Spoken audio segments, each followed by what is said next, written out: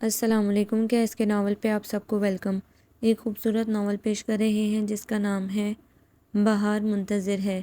Novel کی writer ہیں حیا بخاری۔ چلیے چلتے ہیں ناول کی جانب۔ جی، کبھی کبھی جو ہمیں اپنے معیار سے نیچے لگتا ہے وقت دکھا دیتا ہے کہ اصل میں وہ ہمارے معیار سے کس قدر اونچا تھا۔ اس نے دور آسمان پر نگاہ کی تھی۔ تھکے ہارے پرندے دن ڈھلتے ہی اپنے گھونسلوں کی طرف رواں تھے اور دھند اترنے لگی تھی۔ وہ شاید اپنے ہی گھر کا پتہ بھول چکا تھا۔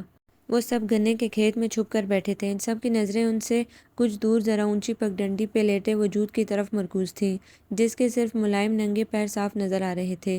تبھی پگڈنڈی کی دوسری طرف موجود سرسوں کے کھیت میں ذرا سی حرکت ہوئی تھی۔ راستے پہ لیٹا وجود لیٹے لیٹے ہی ذرا سا تن گیا۔ وہ سب چوکنے ہو گئے اور پھر اچانک ہی اس وجود سے کسی ماہر اٹھیلے کی طرح کلانچی بھری تھی اور اگلے لمحے ایک زوردار چیخ ابھری تھی۔ گنے کے کھیت سے بچوں کی فوج برآمد ہوئی تھی۔ وہ سب پگڈنڈی پر چڑھ آئے تھے۔ آدھے پورے کپڑے پہنے گورے کالے موٹے پتلے بچے بھی اب دوسری طرف اس وجود کو تلاش کر رہے تھے جو ایک اور فاتحانہ چیخ مارتا اوپر آیا تھا۔ سبز آنچل کی شگفتگی نے سبزے کی تازگی کو بھی جیسے شکست دی تھی۔ کٹورا غلافی آنکھوں اور گلابی ہونٹوں پہ شرارتی مسکراہٹ مچل رہی تھی۔ کیا ہوا گلالئی؟ ایک بچہ بے صبرا ہوا۔ یہ عمر میں باقی سارے بچوں سے بڑا تھا۔ بھاگ گیا؟ ایک چھوٹے سے بچے کو تاسف نے گھیرا۔ یہ دیکھو، اس پری پیکر نے چلا کر اپنے ہاتھ ان کے سامنے کیے تھے۔ نرم ملائم روٹی جیسا سفید خرگوش اس کے ہاتھوں کی قید میں جیسے بے فکری سے آنکھیں پٹ پٹائے جا رہا تھا۔ یاہو! سب بچوں نے خوشی سے زبردست نعرہ لگایا تھا۔ تبھی جیسے ان کی خوشی سے مست ہو کر بادل بھی جھوم اٹھے تھے۔ ہلکی ہوا کے ساتھ ننھی منھی رمجم بھی شروع ہوئی تو وہ سب باقاعدہ ناچنے لگے۔ آؤ وہاں وہاں وہاں چلیں، آؤ وہاں، وہ بے حد سریلی آواز میں گنگنائی تھی۔ آؤ وہاں وہاں وہاں چلیں۔ بچے یک زبان ہو کر اس کے ارد گرد جھومتے ہوئے چلائے تھے۔ اوئے ٹھہر جاؤ ذرا گھوڑے موسیقارو، آج تم سب کی چمڑی ادھیڑتا ہوں۔ دور سے رعبدار مردانہ آواز پکاری تھی۔ چاچا آ گئے۔ سب سے پہلے مخالف سمت دوڑ لگانے والی گلالئی تھی جس کا سبز آنچل وہیں سرسوں کے پھولوں پر جا پھیلا تھا۔ وہ البتہ بے خبر تھی۔ حویلی کا اندرونی دروازہ بہت زور سے بند کیا گیا تھا، اس قدر زور سے کہ ساتھ والے سبھی کمروں کی کھڑکی دروازے بج اٹھے تھے۔ یا اللہ خیر! کاکی نے دہل کر دل پر ہاتھ رکھا تھا۔ صباؤن، پشتو میں صباؤن لکھتے ہیں۔ رکھا تھا میں نے اس کا نام یہ سوچ کر کہ صبح کی روشنی کی طرح ہی ٹھنڈے مزاج والا ہوگا، پرسکون نرم مزاج، لیکن اس کے تیور تو جولائی کی گرمی کو بھی مات دے جاتے ہیں۔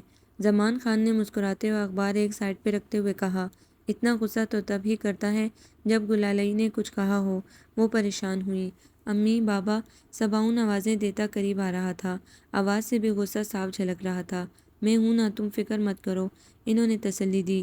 صباؤن پچھلی طرف بنے چھوٹے سے برآمدے میں آ چکا تھا۔ وہ دونوں یوں بن گئے جیسے اب تک ان کو اس کی کوئی خبر نہ تھی۔ بابا! تیز لہجے میں پکارا۔ زمان خان نے چونکنے کی خوب اداکاری کی۔ ہاں کیا ہوا؟ خیریت؟ اداکاری کچھ اوور ہو گئی۔ خیریت؟ گلالئی کے ہوتے ہوئے ایسے ممکن ہے بھلا؟ اس کی خوبصورت کھڑی ناک سرخ پڑنے لگی تھی۔ مطلب غصہ بے حد شدید تھا۔ کیا کر دیا پھر اس نے؟ کاکی نے منہ بناتے ہوئے پوچھا۔ یہ دیکھیں۔ سبز ریشمی آنچل رنگ برنگی خوبصورت چارپائی پر اچھالا گیا۔ چاچا فانی نے دیا ہے مجھے۔ کاکی کا تو منہ کھل گیا۔ زمان کے چہرے پہ البتہ مسکراہٹ بکھر گئی۔ وہاں کیا کر رہا تھا یہ دوپٹہ؟ یہ تو گلالئی کا ہے اور فانی چچا کا گھر تو یہاں سے بہت دور ہے۔ کاکی کی سمجھ میں معاملہ نہ آیا تو حیران پریشان بولتی گئی۔ اس کے پیر نکل آئے تھے، دوڑتا ہوا گیا تھا۔ صباؤن کو مزید غصہ آ گیا۔ واقعی حیرت زدہ سوال اور زمان کا کہکا جاندار تھا۔ آپ کی لاڈلی چھوڑ کر آئی ہے فانی چاچا کے کھیتوں میں۔ لب کاٹتے ہوئے اس نے ان کی حیرت دور کرنے کی کوشش کی تھی، لیکن حیرت سے ان کا منہ مزید کھل گیا تھا۔ تو اس میں کون سی بڑی بات ہے؟ کھیل کھیل میں بھول گئی ہوگی، زمان نے بالآخر کہہ ہی دیا، اور اب کی بار حیرت سے گھنگ ہونے کی باری صباؤن کی تھی۔ کھیل کھیل میں بابا؟ اسے جیسے شدید صدمہ ہوا تھا۔ وہ سر ہلا گئے۔ وہ 15 سال کی سفیدے کے درخت جتنی لمبی لڑکی آپ کو کھیل کھیلنے والی بچی نظر آتی ہے؟ وہ صدمے سے نڈال تھا۔ تم سے تو ذرا کم ہی قد ہے اس سفیدے کا۔ زمان خان کی زبان بھی لڑکھڑا گئی۔ میرا مطلب ہے گلالئی کا۔ فوراً تصحیح کی گئی۔ حد ہے بابا۔ لہجے میں مزید تعصب گھلنے لگا۔ کبھی کبھی مجھے لگتا ہے آپ اس کے ماں باپ ہیں اور میں یتیم ہوں، وہ دکھ بھرے لہجے میں کہتا اندر کی طرف بڑھ گیا۔ یہ اس نے کیا کہہ دیا؟ کاکی نے ایک مرتبہ پھر حیرت سے کہا۔ ڈائیلاگ مارا ہے اور کہا۔ زمان نے بے فکری سے کہتے ہوئے اخبار دوبارہ اٹھا لیا اور ان کی توقع کے عین مطابق صباؤن واپس پلٹ آیا تھا۔ بابا! اور زمان نے ہنستے ہوئے اس کی چوڑی کمر کے گرد دونوں بازوؤں کا مضبوط حصار باندھ دیا تھا۔ کاکی بھی مسکرا دی تھی۔ جیسے ہی دوپہریں لمبی ہوئی تھی، اس کا وقت گزرنا محال ہو گیا تھا۔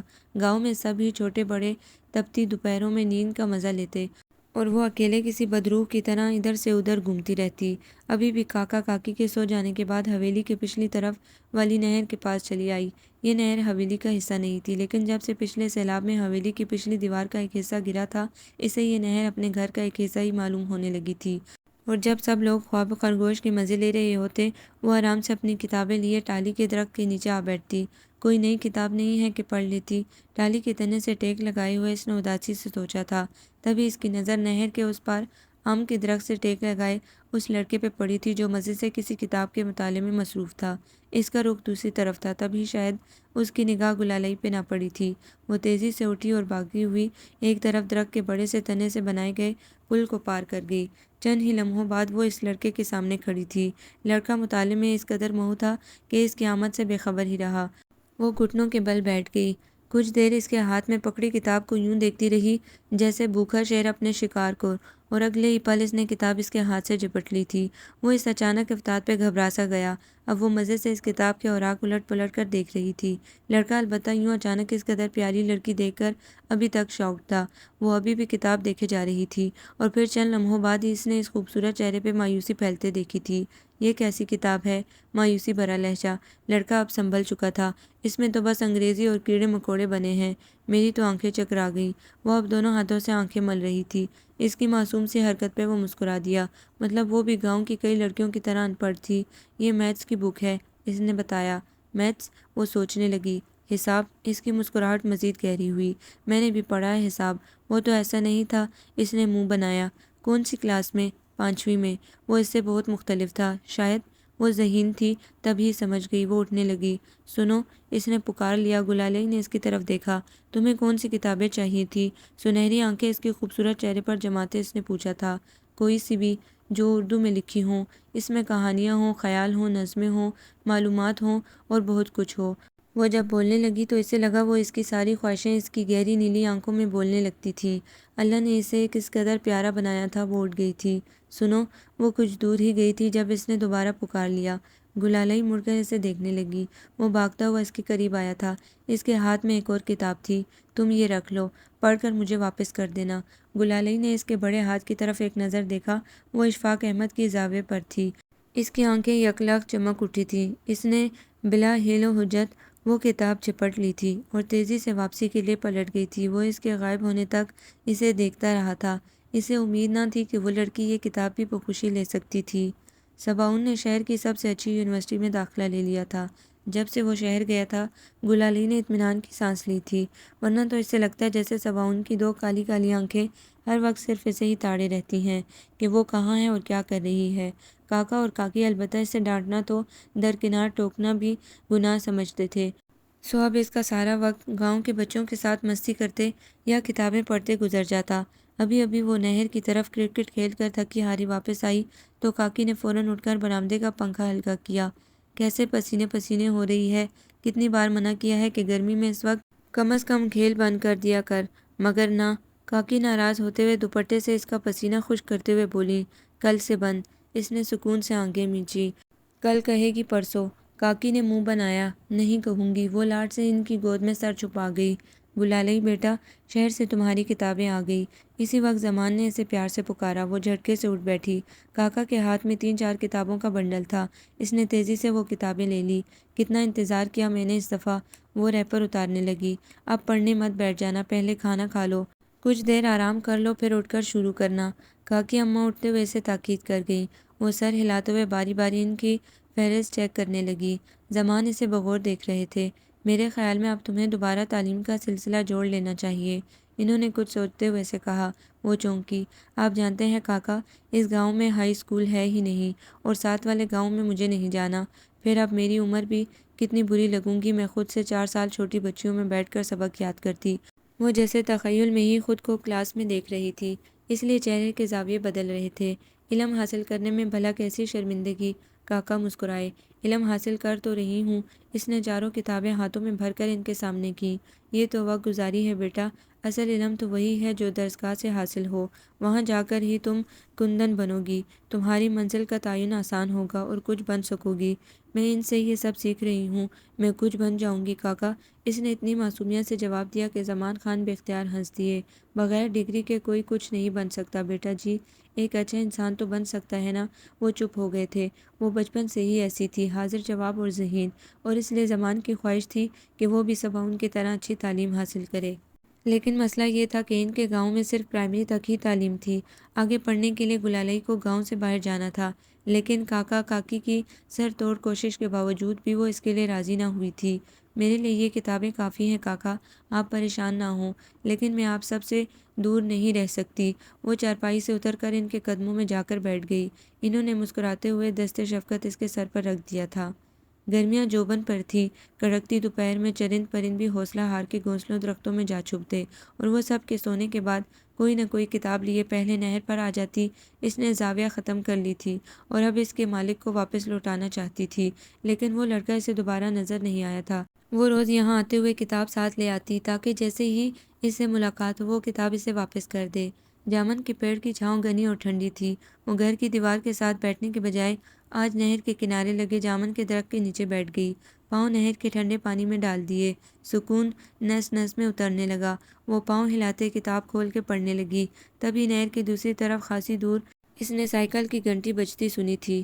اس نے بے اختیار اس طرف دیکھا، وہ اس دن والا لڑکا تھا۔ بکریوں کے ریوڑ میں سے گزرنے سے اسے مشکل ہو رہی تھی۔ گلالئی تیزی سے اٹھی، ساتھ پڑی زاویہ چھپٹ کر اور تیزی سے نہر کی دوسری طرف بھاگی۔ اس سے پہلے کہ وہ لڑکا بکریوں کے ریوڑ سے نکلنے میں کامیاب ہوتا وہ اس تک پہنچ چکی تھی۔ شکر ہے تم مل گئے، ہانپتے ہوئے کمر پر ہاتھ جمائے وہ بولی تو وہ حیران سا مسکرا دیا۔ اتنے دن میں تمہیں نہر کے اس طرف ڈھونڈتی رہی، تم دوبارہ آئے ہی نہیں۔ نیلی آنکھیں سحر پھونک رہی تھی، وہ مفتوح ٹھہرا تھا۔ تم مجھے یاد کر رہی تھی؟ گلابی ہونٹوں کا کٹاؤ تیکھا ہوا تھا۔ میں تمہیں یاد کیوں کروں گی؟ وہ حیران ہوئی تھی۔ کیونکہ میں تمہیں یاد کرتا رہا تھا۔ اس نے اپنی عادت کے مطابق صاف گوئی سے کام لیا تھا۔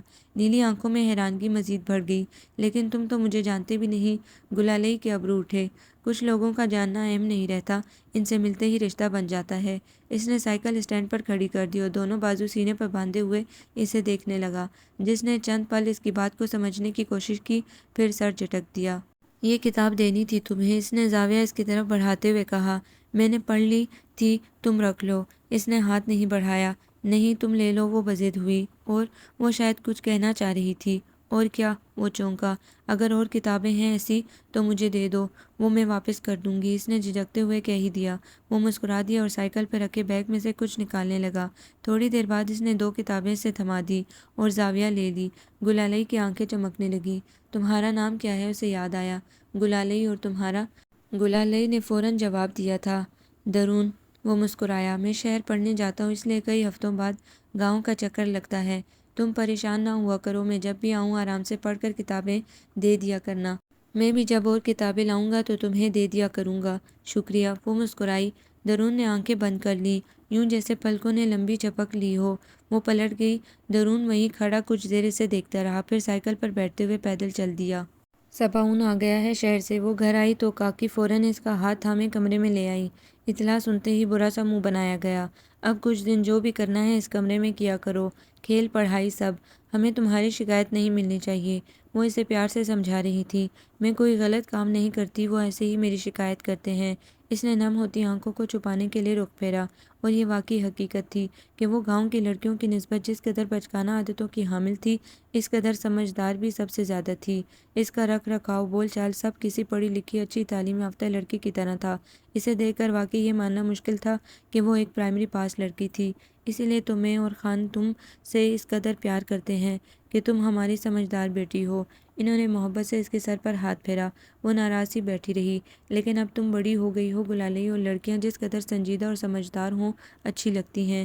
میں اور خان تو تمہیں کچھ نہیں کہتے، لیکن صباؤن، اس کی بات اور ہے بیٹا، اس کا اور تمہارا رشتہ اور ہے۔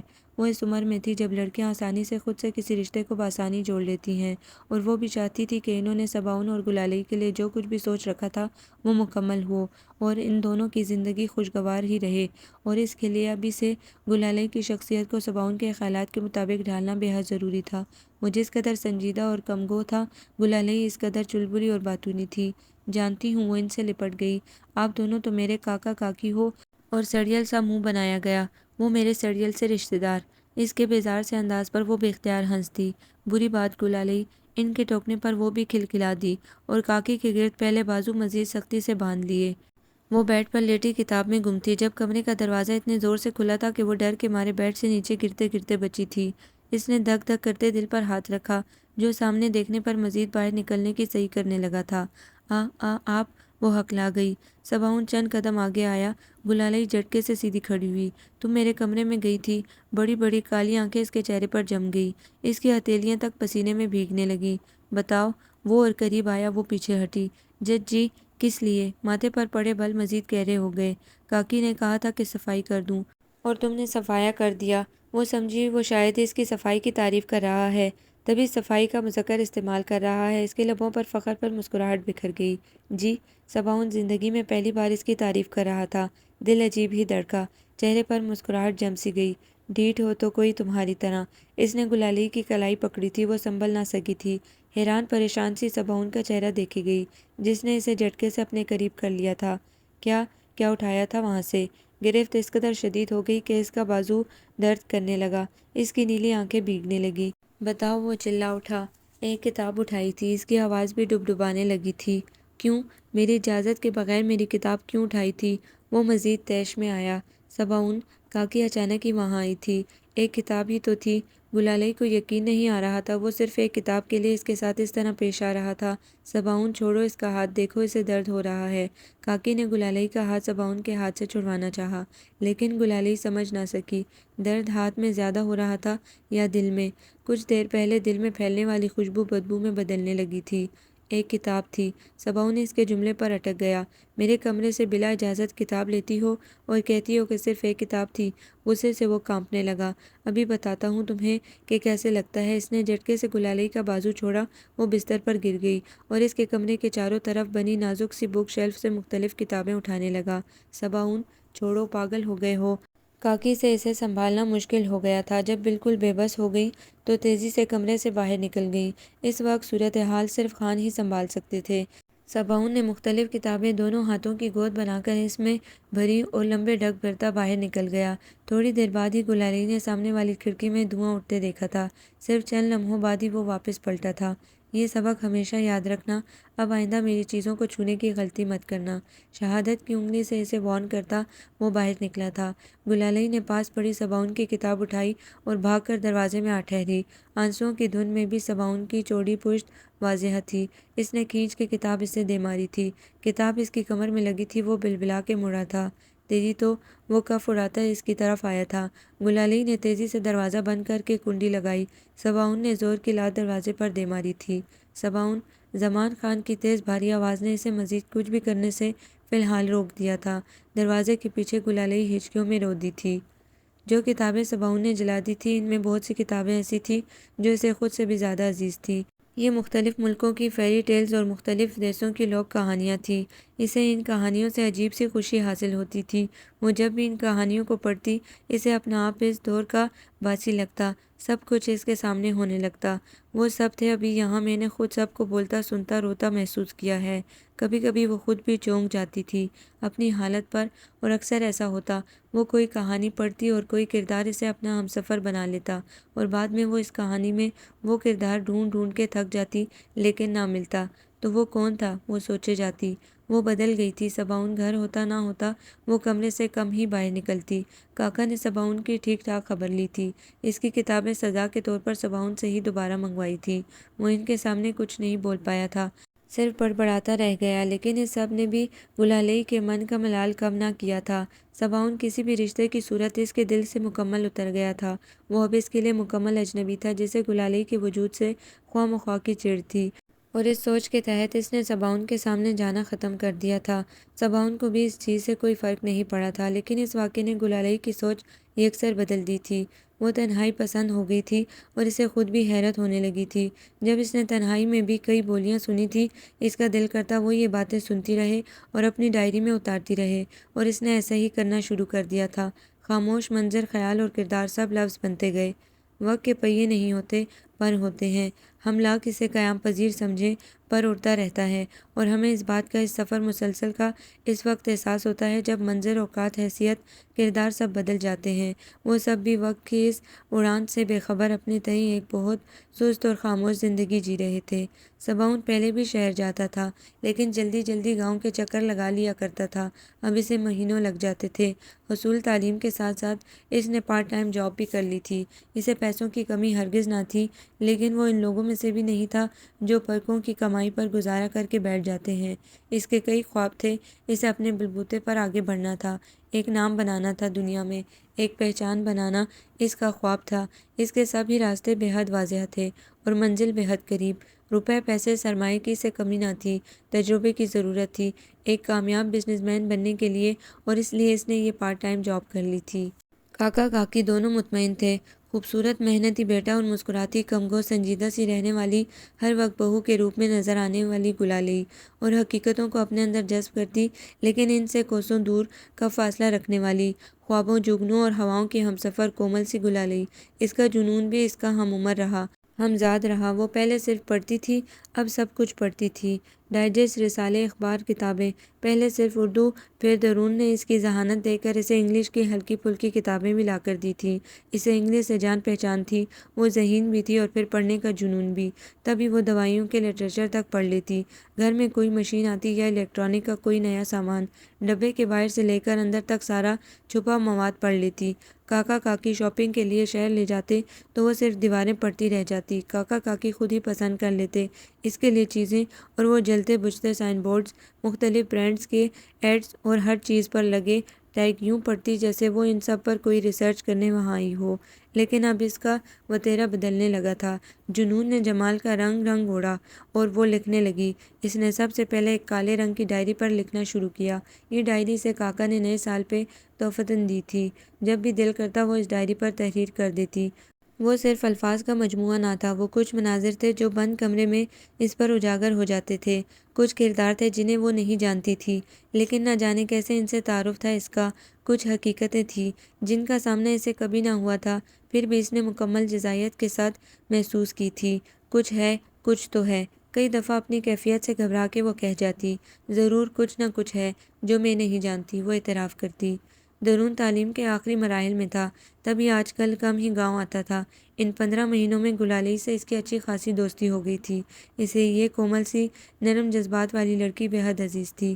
وہ اس کے لیے اب بھی کتابیں لاتا تھا، خوبصورت قلم اور خالی کاغذوں کے بنڈل بھی دے جاتا۔ جب کبھی اندر سے آوازیں محسوس کرو، انہیں اتار لیا کرو، وہ اکثر اس سے کہتا۔ اندر کی آوازیں؟ وہ حیران ہوتی۔ ہاں، آم کے پیڑ کے نیچے گھٹنوں تک پائچے چڑھائے، نہر میں پیر ڈبوئے، وہ سوچتے ہوئے جواب دیتا۔ جب انسان کے باہر خاموشی چھا جائے تو اندر کی آوازیں بے حد صاف ہو جاتی ہیں۔ وہ اس کی باتوں میں کھو سی جاتی تھی، اور اگر ان آوازوں کو نظر انداز کرو گی تو یہ چیخنا شروع کر دیتی ہیں، پھر بہت درد ہوتا ہے، سب کچھ ہاتھ سے نکل جاتا ہے، تو بہتر یہ ہے کہ ان کو غور سے سنا جائے اور اندر کی باتیں کاغذ پر اتار دو تو اور بھی سکون ملتا ہے۔ اور گلالئی کو تو اس سے بات کر کے ہی سکون مل جاتا تھا، لیکن وہ اپنی کیفیت کو سمجھ ہی نہیں پاتی تھی۔ وہ اٹھ کر جانے لگا تھا۔ سنو، پانی میں پاؤں مارتے ہوئے گلالئی نے اسے پکارا۔ وہ رک کر مڑا۔ تم نہر کے اس طرف کیوں نہیں آتے؟ وہ پوچھ بیٹھی۔ درون دھیرے سے مسکرا دیا۔ ابھی اس قابل نہیں ہوا نا، بھاری لہجے میں کہتا وہ واپس مڑ جاتا۔ گلالئی اسے دیکھے جاتی۔ اس کی ڈائری مکمل ہو گئی تھی۔ پورے 1.5 سال اس کے ساتھ ایک کردار نے چلتے چلتے آج دم توڑ دیا تھا۔ وہ کتنی ہی دیر کمرے میں بیٹھی روتی رہی، جب تھک گئی تو ڈائری سینے سے لگائے نہر کی طرف آ گئی۔ بیری کے درخت سے لگے جھولے پر بیٹھتے ہی اس کی آنکھیں پھر بھیگنے لگی۔ وہ کیوں مر گیا؟ اس نے پاؤں زمین پر مارتے ہوئے ننھا سا جھولا لیا تھا۔ کیونکہ تم نے مار دیا، اندر سے آواز آئی۔ میں اس سے اتنی محبت کرتی ہوں، میں اسے کیوں کر مار سکتی ہوں؟ وہ رونے لگ گئی۔ وہ کتنا پیارا تھا، کتنا پیارا بولتا تھا، مجھے جانتا تھا، میں اسے جانتی تھی، اسے سمجھتی تھی، پھر بھی آخر میں وہ خود کلام تھی۔ تم نے تو بس میرا دل ہی توڑ دیا۔ اس نے دل ہی دل میں اس کردار سے شکوہ کیا۔ گلالئی، کسی نے دور سے اسے پکارا۔ اس نے چونک کر دیکھا، نہر کے اس پار درون کھڑا تھا، اس کے ہاتھ میں کتابیں تھیں۔ وہ ڈائری تھا۔ میں اٹھ کر وہیں چلی آئی۔ میں واپس جا رہا تھا، سوچا یہ کچھ کتابیں تمہیں دے دوں۔ اس نے کتابیں اس کی طرف بڑھائیں۔ گلالئی نے تھام لی۔ اس بار جلدی لوٹا دوں گی، وہ اداسی سے بولی۔ مجھے جلدی آنے کا کہہ رہی ہو؟ وہ مسکرایا۔ نیلی آنکھوں نے اس کی طرف دیکھا۔ وہ ہمیشہ کی طرح جلدی سے نظریں پھیر گیا۔ وہ قبول کرتا تھا ان آنکھوں کی تاب لانے کی جرأت اس میں نہ تھی، بالکل بھی نہیں۔ گلالئی کوئی دھاڑا تھا۔ گلالئی کانپی اور اس کے ہاتھ سے ساری کتابیں چھوٹ کے زمین پر گر پڑیں۔ اس سے پہلے کہ درون کچھ سمجھتا، صباؤن دوڑتا ہوا ان دونوں کے قریب آیا تھا۔ بے غیرت انسان! صباؤن پاگلوں کی طرح درون پر پل پڑا تھا، وہ جو بالکل ہی انجان تھا، اس اچانک افداد سے نہ سنبھل سکا تھا اور زمین پر گر پڑا تھا۔ صباؤن اسے کمر میں لاتے رسید کرنے لگا۔ گلالئی میں ایک دم سے ہی بجلی سی دوڑی تھی۔ سارا خوف، سارا ڈر جاگ کی طرح بیٹھ گیا تھا۔ اس نے صباؤن کے تقریباً ساتھ لگتے ہوئے اسے درون سے پرے دھکیلا تھا۔ درون، جاؤ تم یہاں سے، وہ چلائی۔ میں تمہیں چھوڑوں گا نہیں۔ صباؤن پھر اس کی طرف لپکا تھا۔ گلالئی سے اسے سنبھالنا مشکل ہو رہا تھا۔ صباؤن، وہ زور سے چلائی تھی اور ایک زناٹے دار تھپڑ اس کے منہ پر دے مارا تھا۔ سبھی ساکت ہوئے تھے۔ خود گلالئی دونوں ہاتھ منہ پر رکھے حیرانگی سے اسے دیکھ رہی تھی۔ جو گال پر ہاتھ رکھے جلتی آنکھوں سے اسے دیکھے جا رہا تھا۔ درون کپڑے جھاڑتا اٹھ کھڑا ہوا۔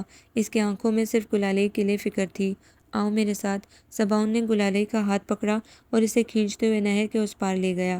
صباؤن، چھوڑو مجھے پلیز، وہ کہتی رہ گئی۔ درون نے نم آنکھوں سے نیچے گری کتابوں کو دیکھا اور ایک ایک کر کے اٹھانے لگا۔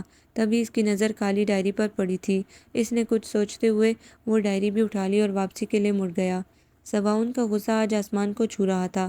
کاکا کاکی دونوں ہی گھر پر نہیں تھے۔ اس نے گلالئی کو اس کے کمرے میں لاک کر دیا تھا اور ملازموں کو بھی اس کو کچھ بھی دینے سے منع کر دیا تھا۔ اس کا بس نہیں چل رہا تھا کہ ان دونوں کو گولی مار دیتا۔ زمان خان واپس آئے تو اس کی زبانی سارا ماجرا سن کر چند لمحے کو بالکل بول ہی نہ سکے۔ میں یہ نہیں مان سکتی، کاکی نے تو صاف رد کر دیا۔ یہی باتیں ہیں آپ کی، جس نے اس کا دماغ خراب کر دیا ہے۔ خاندان کی عزت تک نیلام کرنے پر آ گئی ہے وہ۔ صباؤن بھڑک اٹھا۔ آواز نیچی رکھو صباؤن، زمان نے کھڑے ہوتے ہوئے دبی زبان میں چیختے ہوئے اسے حکم دیا۔ یاد رکھو، کبھی کبھی معاملہ اتنا بڑا نہیں ہوتا جتنا ہم سمجھ لیتے ہیں اور جذباتیت سے اسے بڑھا دیتے ہیں۔ انہوں نے صباؤن کے کندھے پر ہاتھ رکھتے ہوئے پیار سے سمجھایا۔ وہ خاموش رہا۔ گلالئی، میری ذمہ داری ہے، ابھی میں زندہ ہوں، تم اس معاملے میں نہ پریشان ہو اور نہ ہی اپنی عجلت پسند طبیعت کے ہاتھوں اس معاملے کو مزید بگاڑو۔ مجھے پورا یقین ہے گلالئی میری تربیت کو شرمندہ نہیں کرے گی۔ ان کی بات پر وہ سر ہلا گیا۔ کمرے میں اندھیرے کا راج تھا۔ کھڑکیوں پر لگے گہرے رنگ والے پردے سورج کی ننھی سی کرن کو بھی اندر نہیں آنے دے رہے تھے۔ سب لائٹس آف تھیں۔ تبھی دن میں رات کا گمان ہونے لگا تھا۔ ہلکی سی آواز کے ساتھ کمرے کا دروازہ کھلا تو یک لخت سارا کمرہ روشنی سے بھر گیا۔ بستر پر بیٹھی گھٹنوں میں سر دیے اس نے سر اٹھا کر آنے والے کو دیکھنے کی زحمت نہ کی تھی۔ زمان خان کی بانس کی چھڑی کی آواز ان کے آنے کا پتہ خوب دے رہی تھی۔ انہوں نے ذرا دیر رک کر ہلکورے کھاتے اس وجود کو دیکھا، پھر کھڑکی کی طرف جا کر پردے ہٹا دیے اور کھڑکی کے دونوں پٹ کھول دیے۔ روشنی اور ٹھنڈی ہوا نے تاریکی اور حبس کو مات دے دی تھی۔ وہ مڑ کر گلالئی کے پاس بیڈ پر آ کے بیٹھ گئے۔ میرے خیال میں رونا کسی بھی مسئلے کا حل نہیں۔ دونوں ہاتھ چھڑی پر جمائے وہ اسے دیکھتے ہوئے بولے، اور خاص کر بات آپ کی عزت نفس کی ہے تب تو ہرگز نہیں۔ وہ سر جھکائے روتی رہی۔ درون آیا تھا آج۔ انہوں نے سوچا وہ ضرور چونکے گی، لیکن وہ اس طرح روتی رہی۔ میں سوچ بھی نہیں سکتا تھا وہ میرے سامنے آ سکتا ہے، وہ مزید بتانے لگے، کیونکہ میرے مطابق وہ ضرور شرمندہ ہوگا اور کیونکہ وہ ہمارے ایک مزارع کا بیٹا ہے تو شاید خوفزدہ بھی۔ وہ چھڑی کو گھما رہے تھے، لیکن نہ وہ شرمندہ تھا اور نہ ہی خوفزدہ۔ چھڑی رک گئی تھی۔ وہ تمہارے لیے کتابیں لاتا ہے، بلکہ اپنی کتابیں تمہیں دیتا ہے اور پھر جب بھی واپس آتا ہے کتابیں لے لیتا ہے۔ گلالئی رو رہی تھی۔ کتابوں کے علاوہ تمہاری کوئی بات نہیں ہوتی اور نہ ہی کبھی تم دونوں نے ساتھ بیٹھ کر کبھی کوئی لمبی چوڑی گفتگو کی ہے۔ تمہیں کتابوں کا جنون ہے اور تم اس جنون میں اس کے پاس بھاگ کر پہنچتی تھی، اور ہم سب گواہ ہیں کہ کتاب واقعی تمہارا جنون ہے۔ وہ بولتے گئے۔ یہ سب باتیں اپنی جگہ، لیکن مجھے اس کی صرف ایک بات نے متاثر کیا۔ گلالئی کا سسکنا کم ہو چکا تھا، غبار چھوٹنے ہی والا تھا۔ اس نے جاتے جاتے مڑ کر کہا تھا کہ اگر بات صرف اس کی ذات تک ہوتی تو وہ کبھی اپنے کردار کی وضاحت دینے نہ آتا، لیکن بات گلالئی کے کردار کی تھی، تبھی وہ وہاں آیا اور وضاحت دی۔ وہ اٹھ کر کھڑکی کے باہر دیکھنے لگے۔ وہ تو چلا گیا اور وہ واپس مڑے تھے۔ میں صرف یہ سوچتا رہ گیا کہ ایک باہر کے آدمی کو تمہارے کردار کے لیے وضاحت دینی پڑی، اور وہ دے بھی گیا، تو ہم گھر کے لوگ تم سے وضاحت لینے والے کون ہوتے ہیں؟ وہ اس کے قریب آ کر رک گئے۔ وضاحت تب ضروری ہوتی ہے جب رشتوں سے اعتبار اٹھ جائے، اور میں خود سے زیادہ تم پر اعتبار کرتا ہوں۔ مجھے وضاحت کی کوئی ضرورت نہیں، نہ ہی سوال جواب کی۔ تم جانتی ہو نا گلالئی، انہوں نے محبت سے پکارا تھا۔ گلالئی نے سر اٹھا کر لال نگاہوں سے ان کو دیکھا تھا، پھر ان سے لپٹ کر رو دی تھی۔ زمان نے اپنا دایاں ہاتھ اس کے گرد پھیلاتے ہوئے اسے تحفظ فراہم کیا تھا۔ دن ڈھل رہا تھا، شام پر پھیلا رہی تھی۔ سورج کی تاریکی کرنیں ستاروں کی طرح قطار در قطار جھلملاتی نہر کے پانی کو عجیب سی چمک بخش رہی تھی۔ وہ نہر سے کافی فاصلے پر رکھے سنگی تخت پہ بیٹھی محویت سے غروب ہوتے سورج کی کرنوں کی لپک چھپک دیکھ رہی تھی کہ کوئی اس کے بے حد قریب آ بیٹھا تھا۔ جوائی کی مہکتی خوشبو نے اسے اپنے حصار میں لے لیا تھا۔ اسے رخ پھیر کر اس شخص کو دیکھنے کی ضرورت نہ رہی تھی۔ وہ خاموشی سے بیٹھی رہی۔ وہ بھی خاموش رہا، پھر ذرا سا جھکا، نیچے پڑے کچھ پتھر گھاس میں سے چنے اور پھر سے سیدھا ہو کر بیٹھ گیا۔ میں نہیں جانتا کہ میں نے ایسا کیوں کیا۔ اس نے ایک پتھر نہر کی طرف اچھالتے ہوئے خاموش بیٹھے پانی کے ساتھ ساتھ اپنی خاموشی بھی توڑی تھی۔ آپ ہمیشہ نہیں جانتے کہ آپ کیوں کرتے ہو ایسا۔ وہ ابھی بھی نہر کو ہی دیکھ رہی تھی۔ صباؤن نے ایک گہری نگاہ اس کے سراپے پر ڈالی تھی۔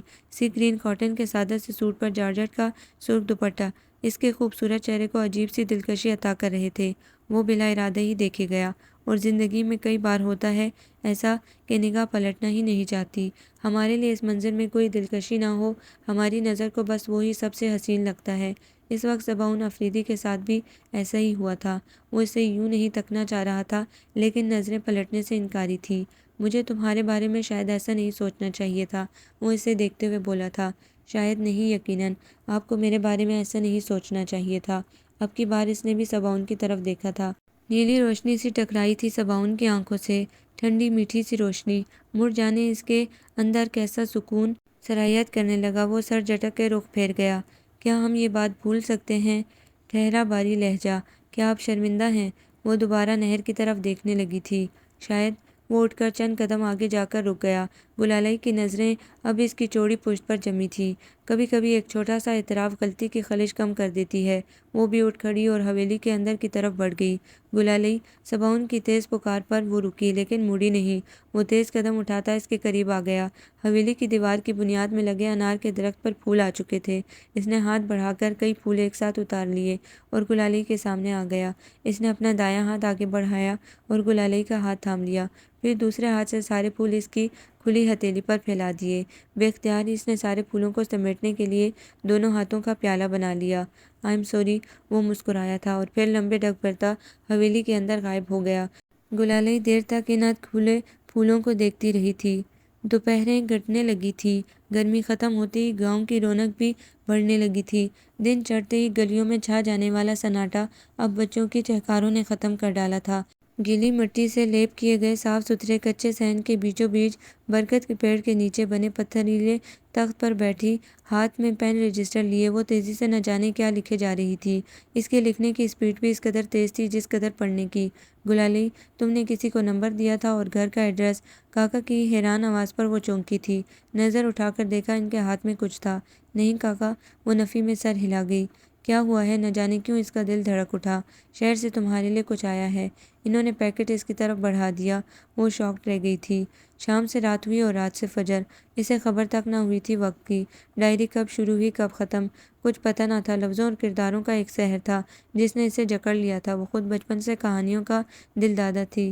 کس ملک کا ادب تھا جس سے وہ ناواقف تھا؟ تاریخ سے لے کر فکشن تک کی ہر کتاب پڑھنا جیسے اس پر فرض تھا۔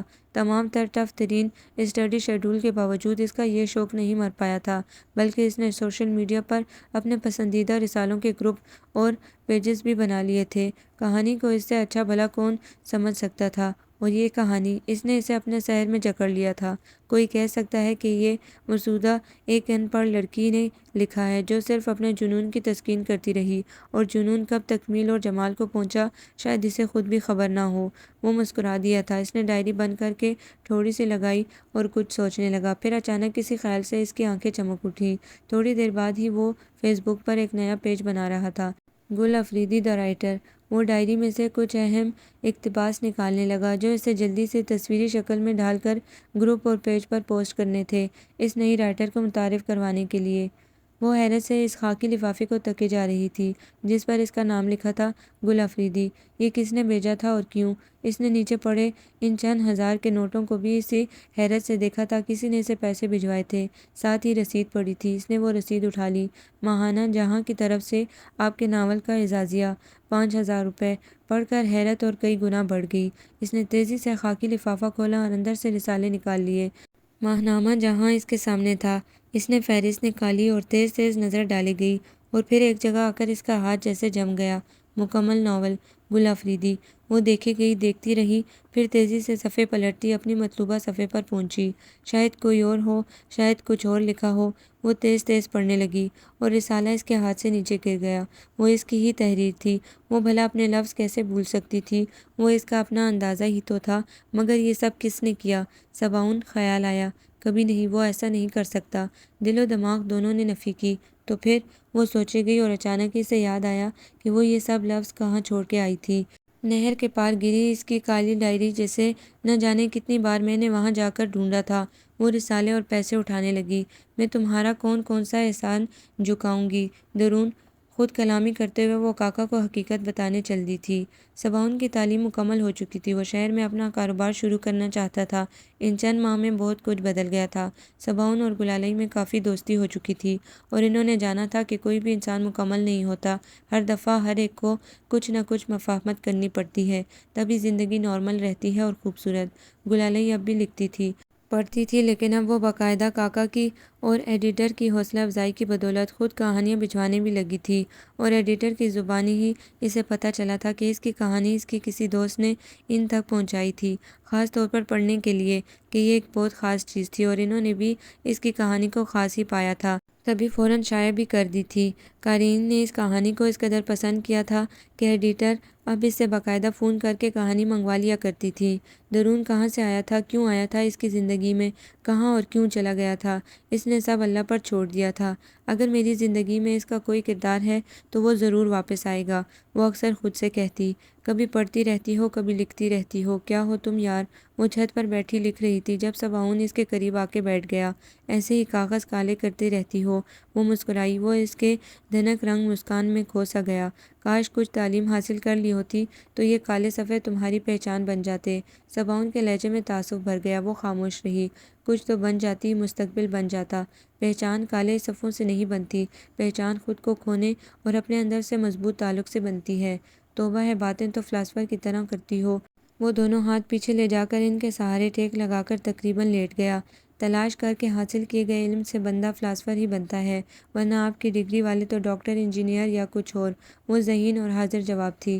صباؤن نے اعتراف کیا۔ پھر بھی اگر تم نے معیاری تعلیم حاصل کی ہوتی تو یقیناً مستقبل میں بہت آگے جا سکتی تھی، وہ مسکراتے ہوئے بولا۔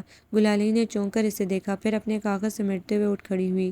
آنے والے دنوں کے لیے سوچا ضرور کرتے ہیں، مگر پریشان نہیں ہوا کرتے۔ اللہ پہ چھوڑ دینا زیادہ بہتر ہوتا ہے، وہ سب اچھا کرتا ہے۔ مسکرا کر کہتے ہوئے وہ سیڑھیوں کی طرف بڑھ گئی۔ صباؤن کی نظریں اس کے کھلے لمبے سیاہ بالوں سے الجھ کے رہ گئی تھی۔ گلالئی بہت بدل گئی ہے نا، سیانی ہو گئی ہے کافی۔ خشک سب چائے سے ٹہنیاں چنتے ہوئے کاکی نے زمان افریدی کو مخاطب کیا تھا۔ نہیں، صباؤن بدل گیا ہے، کافی سمجھدار ہو گیا ہے۔ لیٹے لیٹے ہی انہوں نے اپنا تجزیہ بیان کیا۔ جو بھی ہے اچھا ہے۔ انہوں نے صاف کی ہوئی پتیاں ابلتے پانی میں ڈال دی۔ ایک دوسرے کو سمجھنے لگے ہیں۔ ہمارا خواب لگتا ہے جلد تعبیر پانے والا ہے۔ وہ مسکراتے ہوئے اٹھ کر بیٹھ گئے۔ انشاءاللہ، انشاءاللہ۔ کاکی نے فوراً دعا کے لیے ہاتھ اٹھا دیے۔ بس ایک مرتبہ صباؤن شہر میں اپنا بزنس شروع کرنے والا خواب پورا کرے تو خوشیاں اس گھر کا مقدر بن جائیں گی۔ آپ کو ویسے صباؤن سے اس بارے میں بات کرنی چاہیے تھی۔ قہوہ ان کو تھماتے ہوئے کاکی نے صلاح دی۔ فی الحال تو وہ بالکل بھی نہیں مانے گا، اسے شہر میں سیٹل ہو جانے دو۔ ویسے بھی میں اس کی طرف سے بے فکر ہوں، کسی لڑکی کو پسند کرتا تو اب تک بتا چکا ہوتا۔ میرے خیال میں تو اسے اس رشتے پر کوئی اعتراض نہ ہوگا۔ انہوں نے اندازہ لگایا، نیا دور ہے خان، آج کل کے بچوں کا کچھ پتہ نہیں چلتا۔ کاکی نے کہا تو وہ سر ہلا گئے۔ پھر بھی جس طرح سے وہ اب گلالئی کا خیال رکھنے لگا ہے، میرے خیال میں یہی اس کی پسندیدگی کا اظہار ہے۔ میں تو یہی کہوں گی کہ اس سے بات کر لیں۔ گلالئی کے لیے پوری برادری سے بڑے اچھے رشتے آ رہے ہیں، ایسا نہ ہو بے خبری میں مارے ہی جائیں ہم۔ ان کی بات میں وزن تھا۔ اس بار رہنے دو، اگلی بار آئے گا تو بات کر لوں گا۔ انہوں نے بات ختم کر دی تھی۔ کھڑکی کے قریب بیٹھی گلالئی اس نئے حوالے کو سوچے جا رہی تھی اور اس کے اندر جیسے واقعی خوشی کے پھول کھلنے لگے تھے۔ وہ اپنی کیفیت سمجھ نہیں پا رہی تھی۔ رات جس قدر سیاہ تھی، ستاروں کی ٹمٹماہٹ اس قدر تیز اور چمکدار۔ آج آسمان صاف تھا اور چاند ستاروں کی ہم نوائی میں بے حد خوبصورت۔ وہ سینے پر ہاتھ باندھے نہ جانے کب سے ان کو دیکھنے میں مگن تھی، جب صباؤن کے آنے پر اسے چونکا دیا۔ تم نیچر سے کتنی محبت کرتی ہو نا؟ چھت کی ننھی دیوار سے ٹیک لگاتے ہوئے اس نے پاؤں کی کینچی بنا لی تھی اور دونوں ہاتھ پیچھے موڑ کر دیوار پر لٹکا دیے تھے۔ گلالئی نے ایک گہری نظر اس کے سراپے پر ڈالی تھی۔ ملائی جیسی سفید رنگت، صاف اور فیئر اسکن، ہمیشہ کی طرح ذرا سی بڑی شیو، کھڑی ناک اور بڑی بڑی کالی آنکھیں۔ وہ کس قدر خوبصورت تھا، وہ اسے دیکھے گئی۔ اگر مونچھ نہ ہو تو بالکل کوئی ہیرو لگے۔ دل میں خیال آتے ہی وہ خود بخود مسکرا دی تھی۔ کیا سوچ رہی ہو؟ صباؤن نے اسے چپ چاپ کھڑے دیکھا تو پوچھ لیا۔ یہی کہ آپ کس قدر خوبصورت ہیں۔ وہ صاف گو تھی، فوراً بتا دیا۔ صباؤن کا کہکہ جاندار تھا۔ شاید میں نے اتنا خوبصورت مرد نہ دیکھا، نہ سوچا، گلالئی نے اعتراف کیا۔ درون بھی نہیں۔ گلالئی کے دل نے ایک بیٹ مس کی تھی۔ وہ جواب نہ دے پائی تھی۔ میں مذاق کر رہا تھا، وہ مسکرایا۔ اچھا ٹھہرو، تمہیں ایک چیز دکھاتا ہوں۔ اسے اچانک جیسے کچھ یاد آیا تھا۔ وہ اپنی جینز کی پاکٹس میں کچھ تلاش کر رہا تھا۔ گلالئی بددل سے اسے دیکھے گئی۔ نہ جانے کیوں اس کا دل ایک دم سے ہی اچاٹ ہو گیا تھا۔ درون کا اس کی زندگی میں کوئی کردار تھا یا نہیں، لیکن یہ ایک حقیقت تھی کہ اسے اس کی خود کی تلاش کا سرا درون نے ہی پکڑایا تھا۔ اپنی ذات سے آگاہی بھی ایک نعمت ہے اور یہ نعمت درون کی ہی بدولت اسے حاصل ہوئی تھی۔ جو کچھ اپنے اندر اتنے سالوں سے وہ ذخیرہ کرتی رہی، اسے باہر کا راستہ درون نے ہی دکھایا تھا۔ اللہ جب بھی کسی انسان کی مدد کرتا ہے، کن کہہ دیتا ہے یا وسیلے بنا دیتا ہے۔ درون اس کے لیے ایسا ہی ایک وسیلہ تھا، لیکن وہ اسے بھول کیسے گئی تھی؟ اسے خود پر غصہ آنے لگا تھا۔ یہ دیکھو، وہ چونکی، اس کے ہاتھ میں بے حد خوبصورت پین تھا۔ یہ میں تمہارے لیے لایا تھا، دینا ہی بھول گیا۔ نفیس سا گولڈن پین بے حد خوبصورت تھا۔ اس نے نرمی سے وہ پین تھام لیا۔ اور یہ بھی تمہارے لیے، سونے کا خوبصورت نازک بریسلٹ۔ اس نے اتنی اچانک اور تیزی سے اس کے دائیں ہاتھ میں ڈالا تھا کہ وہ ساکت کھڑی رہ گئی۔ سنہری بریسلٹ مرمری کلائی پر جیسے چمکنے لگا تھا۔ گلالئی کی آنکھوں میں ستائش کے رنگ ابھرے تھے۔ واؤ، تمہارے ہاتھ بہت خوبصورت ہیں۔ صباؤن کہے بنا نہ رہ سکا تھا۔ وہ خاموشی سے بریسلٹ کو دیکھے گئی۔ تمہیں پسند آیا میرا گفٹ؟ اس نے پوچھا۔ گلالئی سر ہلا گئی۔ میں نے سوچا تھا تم تعریف کرو گی۔ وہ پھر سے سینے پر ہاتھ باندھ گیا۔ شاید میں حیران بہت ہوں تبھی۔ آپ نے کبھی کچھ گفٹ کیا بھی تو نہیں۔ اس کی بات پر وہ ہنس دیا۔ چلو اب نیچے جا کر سو جاؤ، کافی رات ہو گئی ہے، صباؤن نے کہا تو وہ سر ہلا کر نیچے کی طرف بڑھ گئی۔ اس گفٹ کو کچھ اور نہ سمجھ لینا، تم میری کزن ہو بس، اس لیے دل کیا کہ تمہیں کوئی تحفہ دوں۔ میں جانتی ہوں، وہ کہہ کر نیچے سیڑھیاں اتر گئی۔ وہ وہیں کھڑا نہ جانے کسے تلاشتا رہا۔ سردیاں اس بار بہت دیر سے آئی تھیں، لیکن پورے جوبن سے سرشام دھند اترتی تو اگلے دن دوپہر کے قریب جا کر کہیں کچھ دیکھنے کے قابل ہوتا انسان۔ موسم کوئی بھی ہو، اس کی کمزوری رہا تھا۔ گرمی کی طویل دوپہر، تپتی دھوپ سے نبد آسماں، اونچے نیچے درخت اور چھاؤں تلے رکھے برتنوں سے پانی پیتے بےتاب پرندے، وہ گرما کے حسن کی دلدادہ ہو جاتی۔ خزاں میں جب ہر طرف خشک سوکھے پتوں کی برسات ہوتی تو وہ دیر تک ننگے پاؤں چلتی، پتوں کی چرچراہٹ سے جیسے خزاں کے حسن کو سلامی دیا کرتی۔ بہار کے آتے ہی ایک ایک پودے کو دوبارہ سے زندگی پاتے اپنی آنکھوں سے دیکھتی اور چھوتی۔ اور سرما جس دھن میں ٹریفک تک معطل ہو جاتی، اس دھن میں نہ جانے وہ کیسے کیسے انوکھے رنگ دیکھ لیا کرتی۔ پتوں پر ٹھہری نمی اور شاخوں سے چمٹتا کٹہرا اسے پریوں کا مسکن لگنے لگتا، جو صرف چند دنوں کے لیے وہاں بنایا گیا تھا۔ شبنمی قطروں سے بنا گھر۔ ابھی بھی کافی دھند تھی، لیکن منظر صاف ہونے لگے تھے۔ وہ چادر لیے نہر کی طرف آ گئی۔ ٹالی کے درخت کے تنے سے ٹیک لگا کر اس نے نہر کے اس پار دیکھا۔ کتنے ہی منظر واضح ہونے لگے تھے۔ وہ درون کی کتابیں چیک کر رہی تھی اور وہ مسکرا رہا تھا۔ بکریوں کے ریوڑ میں پھنسی یعنی درون کی سائیکل اور بکریوں کو ادھر ادھر کرتی آگے بڑھتی وہ خود۔ اس کے لب مسکرا دیے۔ اتنی سردی میں یہاں کیا کر رہی ہو؟ سوچوں میں غرق گلالئی کو خبر تک نہ ہوئی تھی کہ صباؤن کب وہاں چلا آیا تھا۔ میں یہاں آتے وقت موسم کا خیال کبھی نہیں کرتی۔ وہ اس کی طرف دیکھ کے مسکرائی۔ مجھے یہاں سے نہر کے اس پار کا منظر بہت پیارا لگتا ہے۔ وہ اب ایک مرتبہ پھر سامنے دیکھ رہی تھی۔ نہر کے پار وہ تمہیں اتنا یاد آتا ہے؟ صباؤن کی آواز بھاری سی لگی اس سے۔ کون؟ وہ واقعی نہیں سمجھ پائی تھی۔ درون۔ گلالئی نے دیکھا اس کی آنکھیں سرخ ہو رہی تھیں۔ مجھے تو لگتا ہے وہ آپ کو بہت یاد آتا ہے۔ وہ کھلکھلائی۔ مجھے تو اکثر یاد آ جاتا ہے، خاص کر تمہیں ان جگہوں پر اس طرح کھویا ہوا دیکھ کر۔ میں ہمیشہ ایسی ہی رہتی ہوں ان جگہوں میں، سو آپ میرے بہانے درون کو یاد کرنا چھوڑ دیں۔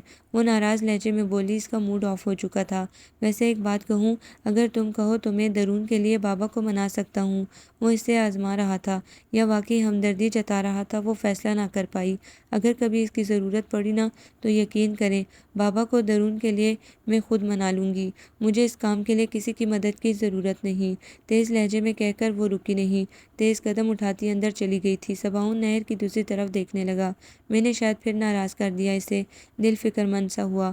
ڈونٹ کیئر، اس نے سر جھٹکا۔ گلالئی بیٹا آج تو اپنے ہاتھ کی کھیر بنا کر کھلاؤ، میٹھے کے لیے بہت دل کر رہا ہے۔ رات کے کھانے کے بعد زمان نے گلالئی سے فرمائش کی تو وہ خوش ہوتی تیزی سے کچن کی طرف چلی گئی۔ صباؤن بھی اٹھا۔ تم بیٹھو، زمان نے صباؤن سے کہا، تم سے بات کرنی ہے۔ وہ واپس بیٹھ گیا تو انہوں نے بات شروع کی۔ میرے خیال میں اب جب کہ تمہاری تعلیم بھی مکمل ہو چکی ہے اور تم سیٹ بھی ہو چکے ہو، نہ صرف بزنس میں بلکہ جلد رہائش کا بھی بندوبست ہو جائے گا انشاءاللہ، مگر فی الوقت ہم نے تمہاری شادی کا فیصلہ کیا ہے۔ شادی؟ وہ اچھل پڑا۔ کیا مطلب بابا؟ تمہیں اب شادی کا مطلب بھی سمجھانا پڑے گا۔ انہوں نے مونچھوں کو تاؤ دیا۔ لیکن میں ابھی شادی کے لیے تیار نہیں، وہ انکار کر گیا۔ تمہیں کسی تیاری کی ضرورت بھی نہیں ہے، ہم نے ساری تیاری مکمل کر رکھی ہے، انہوں نے نفی دی۔ لیکن میں ابھی ذہنی طور پر شادی کے لیے تیار نہیں۔ پھر ابھی؟ وہ ذرا رکا۔ صاف بات کرو برخوردار۔ زمان کی تیز نظریں اس کے چہرے کا جائزہ لے رہی تھیں۔ میرا مطلب ہے بابا، ابھی میں اپنے شوق کی تکمیل کرنا چاہ رہا ہوں، اور پھر ابھی میں نے یہ بھی ڈیسائیڈ نہیں کیا کہ میں شادی کس سے کروں گا۔ شوق تکمیل کے قریب ہی ہے، اور رہی بات لڑکی کی تو یہ فیصلہ کب کا ہو چکا، تمہیں اس کے لیے فکر مند ہونے کی ضرورت نہیں۔ یہ انہوں نے حتمی فیصلہ سنایا۔ کیا مطلب؟ وہ پھر حیران ہوا۔ تمہاری اور گلالئی کی بات بچپن سے طے ہے، اس وقت سے جب تمہارے چاچا اور دادا زندہ تھے، اور یہ ان کا فیصلہ تھا۔ کیا یہ؟ وہ چلاتے ہوئے اٹھ کھڑا ہوا۔ اس میں اتنا اچھلنے والی کیا بات ہے؟ گلالئی اس گھر کی بیٹی ہے، نیک ہے، شریف ہے، خوبصورت ہے۔ لیکن گلالئی میرے قابل نہیں ہے بابا، اس نے زمان کی بات کاٹ دی تھی۔ لمبے برآمدے سے متصل کچن سے باہر آتی گلالئی ساکت ہوئی تھی۔ مطلب کیا ہے تمہارا صباؤن؟ زمان کو طیش آ گیا۔ مطلب بہت صاف ہے بابا، آپ نہیں سمجھنا چاہتے تو اور بات ہے۔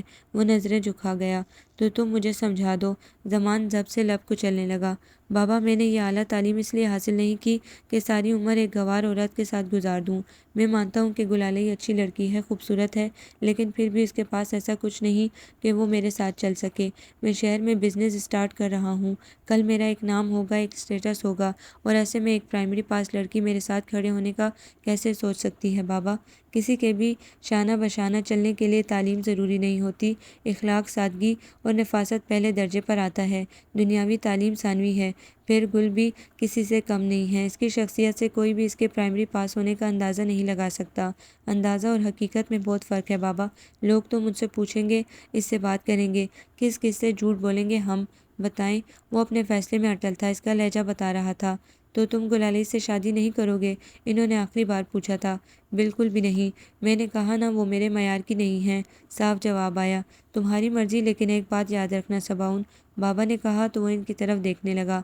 غرور کا کوئی درجہ نہیں، یہ بے بنیاد ہے، وہ بے معنی چیز جو انسان بڑی خوشی سے اپناتا ہے۔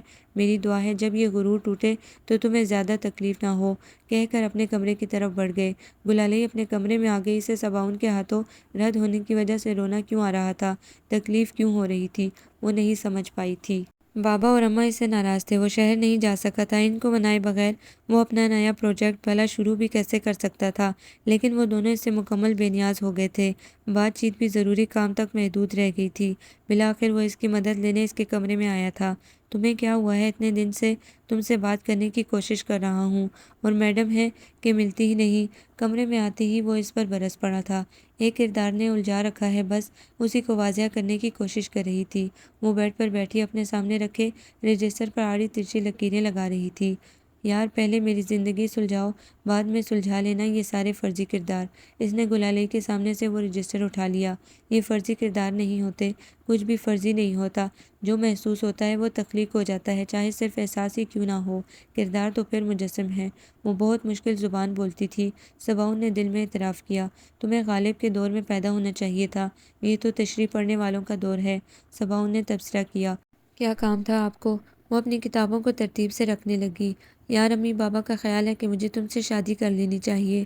اس کے ہاتھوں سے کتاب چھوٹتے بچی۔ لیکن تم جانتی ہو میں تم سے شادی نہیں کر سکتا۔ کہاں میں MBA ٹاپر اور تم پرائمری پاس۔ وہ ایک لخت رکا تھا، گلالئی کی آنکھیں جلنے لگی تھی۔ وہ رخ پھیرے کتابیں ترتیب دیتی رہی۔ میں تمہیں حقیر نہیں جان رہا، بس تمہارے اور اپنے بیچ کے تعلق بات کر رہا ہوں۔ تم سمجھ رہی ہو نا؟ گلالئی کو کندھے سے تھام کر اس نے اسے باقی کتابیں رکھنے سے روک دیا تھا۔ وہ اسے دیکھنے لگی۔ میں غلط کہہ رہا ہوں؟ نیلی آنکھوں میں جھانکا گیا اور پھر نظر ہٹا بھی لی گئی۔ بالکل نہیں، وہ ہمیشہ کی طرح فوراً سنبھل چکی تھی۔ آپ بالکل ٹھیک کہہ رہے ہیں، پھر یہ آپ کا حق ہے۔ اس کی بات پر وہ کھل کر مسکرا دیا تھا۔ اور مجھے بھی، وہ مزید بولی تھی۔ صباؤن چونکا تھا۔ میں خود بھی منع کرنا چاہ رہی تھی کاکا کاکی کو، آپ بے فکر رہیں، گلالئی کہہ کر اس کے پاس سے گزر کر باہر جانے لگی۔ صباؤن نے اس کا ہاتھ تھام لیا۔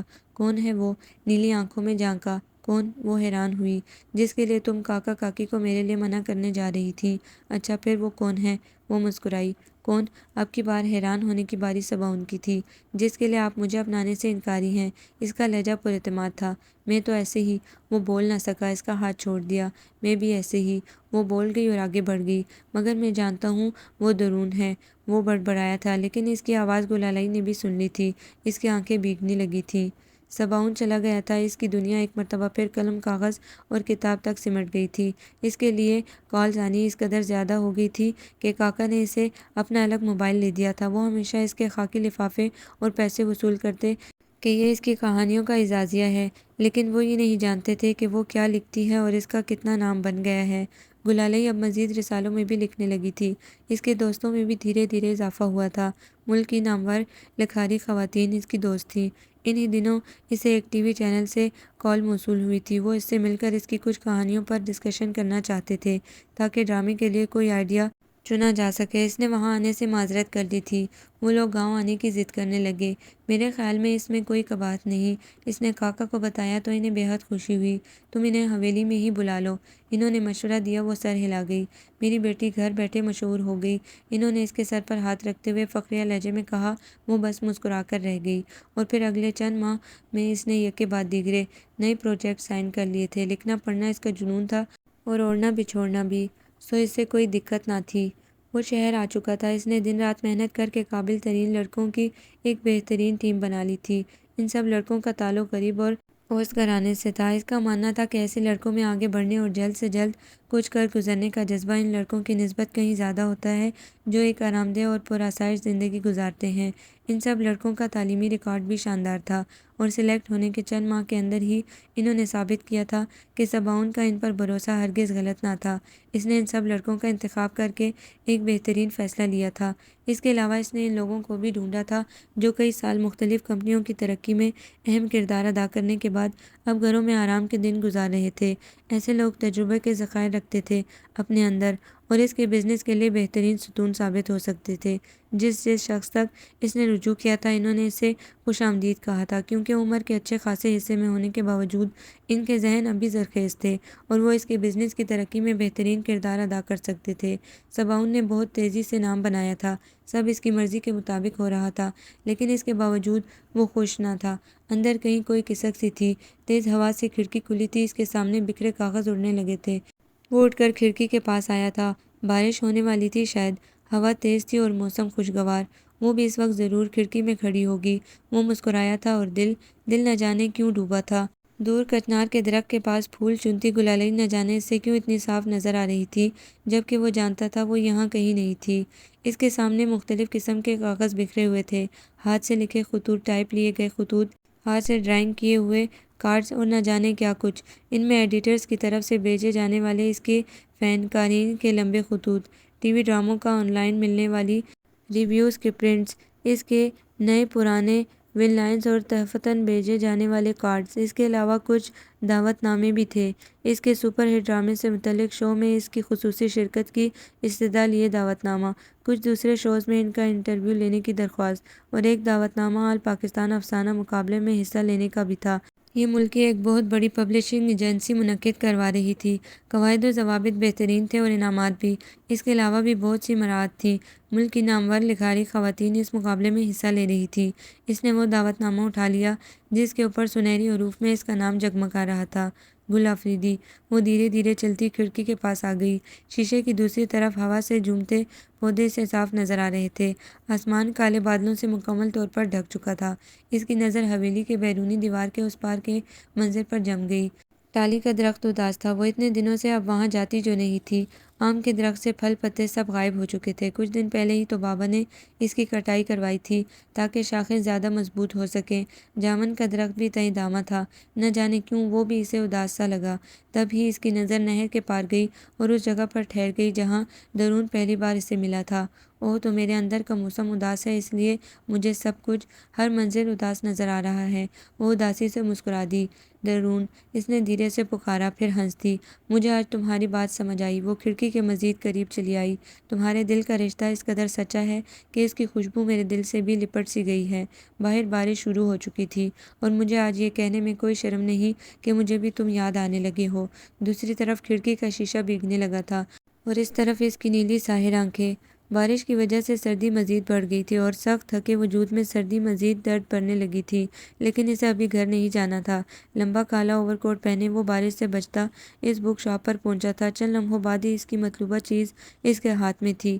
یہ ایک مقامی اخبار تھا جس کے فرنٹ پیج پر آل پاکستان افسانہ مقابلہ کے نتائج چھپے تھے، اور پہلے نام کو دیکھتے ہی اس کی ساری تھکن زائل ہو گئی تھی۔ اس کی خوبصورت سنہری آنکھیں چمکنے لگی تھیں۔ وہ تیزی سے پیسے ادا کر کے باہر نکل گیا تھا۔ اس کی آنکھیں کتنی خوبصورت تھیں۔ دکاندار نے اس کے باہر نکلتے ہی حیرت سے خود کلامی کی تھی۔ وہ کارڈ دے کر اسے اپنی آنکھوں پر یقین نہیں آیا تھا۔ وہ آل پاکستان افسانہ مقابلہ جیت گئی تھی۔ اس کی پلکیں بھیگنے لگی تھیں۔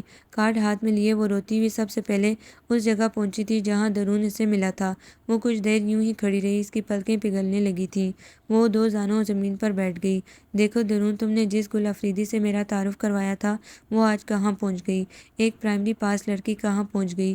وہ کارڈ زمین پر رکھ کے پھوٹ پھوٹ کے رو دی تھی۔ وہ آج کل بزنس ٹور کے سلسلے میں انگلینڈ آیا ہوا تھا۔ وہ روز شام کو گھر فون کیا کرتا۔ بابا اور اماں سے تو بات ہو جاتی تھی، لیکن گلالئی سے بات کرنے میں وہ کامیاب نہ ہو پاتا، اور یہ بات اسے بے طرح اداس کر دیتی تھی۔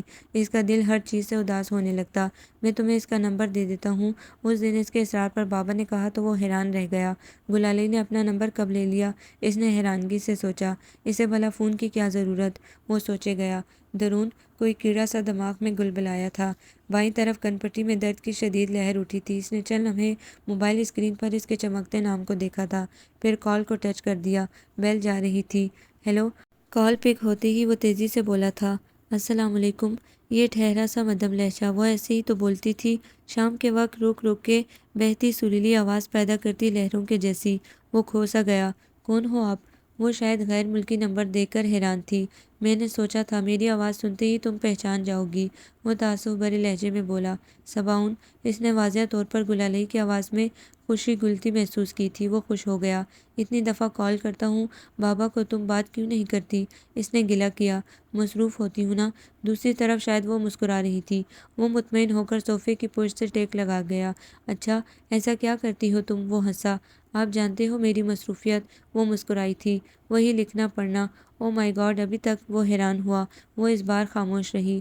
مجھے امی کو سمجھانا پڑے گا، جلد از جلد کوئی اچھا سا لڑکا ڈھونڈ کر تمہارا بندوبست کریں۔ وہ اٹھ کر بیٹھ گیا۔ کاکی تو بندوبست کرتے کرتے تھک گئی ہیں، میں ہی نہیں مان کر دی۔ وہ ہنسی، جل ترنگ سی ہنسی۔ وہ کھو سا گیا۔ اب تو کاکا نے صاف کہہ دیا ہے، میری زندگی کا یہ فیصلہ تب ہی ہوگا جب میں چاہوں گی۔ وہ اترا رہی تھی۔ اچھا، وہ مسکرایا۔ تو تم نے کیا فیصلہ کیا؟ تجسس اٹھا۔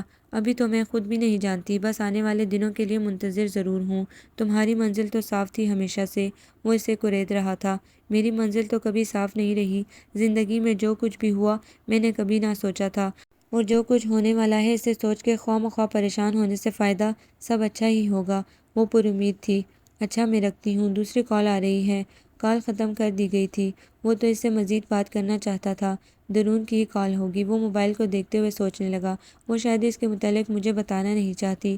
کچھ دیر پہلے غائب ہونے والا تعصب پھر سے اسے جکڑنے لگا تھا۔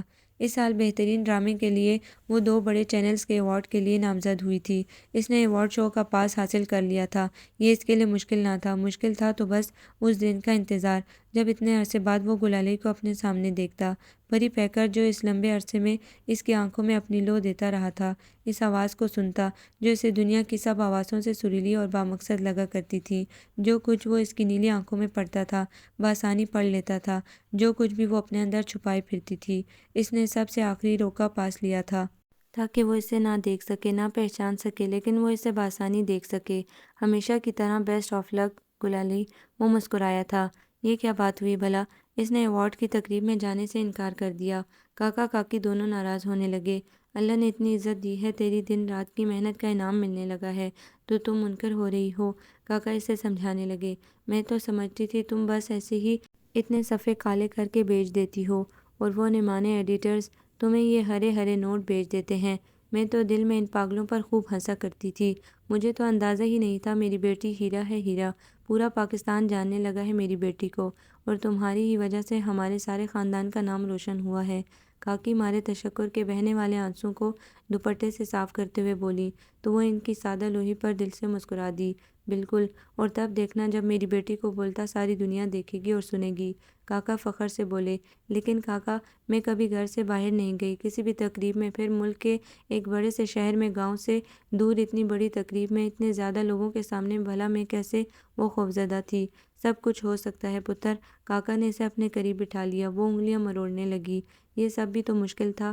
یاد ہے تمہیں، میں نے صباؤن نے تمہیں کتنا سمجھایا تھا کہ آگے پڑھ لو، لیکن تم نے صرف دوسرے گاؤں میں اسکول ہونے کی وجہ سے میری بات نہ مانی۔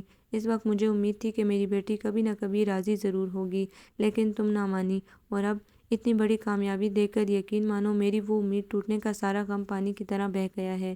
ایک سرخوشی ہے کہ سب کچھ ممکن ہے۔ میرا یقین کرو بیٹا، یہ سب بھی بہت آسان ہوگا۔ کاکا نرم لہجے میں اسے سمجھا رہے تھے، مگر وہ اب بھی متذبذب تھی۔ میری بیٹی ٹی وی پر آئے گی، وہ بھی ایک تخلیق کار کی حیثیت سے۔ میرا تو سر فخر سے بلند ہو جائے گا۔ پھر تمہارے لیے بھی نئی راہیں کھل جائیں گی۔